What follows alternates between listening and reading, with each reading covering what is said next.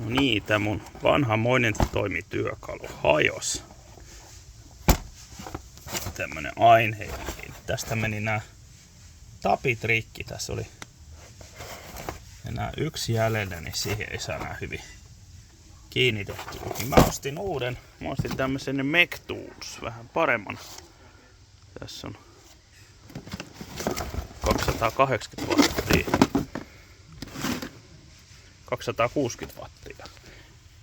Kas kummaa. Aika saman näköinen laite. Sanoisin melkein yksi yhteen. Tarrakin on saman muotoinen. Tässä lukee vaan multitool, kun tässä lukee aineilla. Päältä. Saman näköinen, paitsi tosiaan tää pääosa. Aivan tismalleen sama.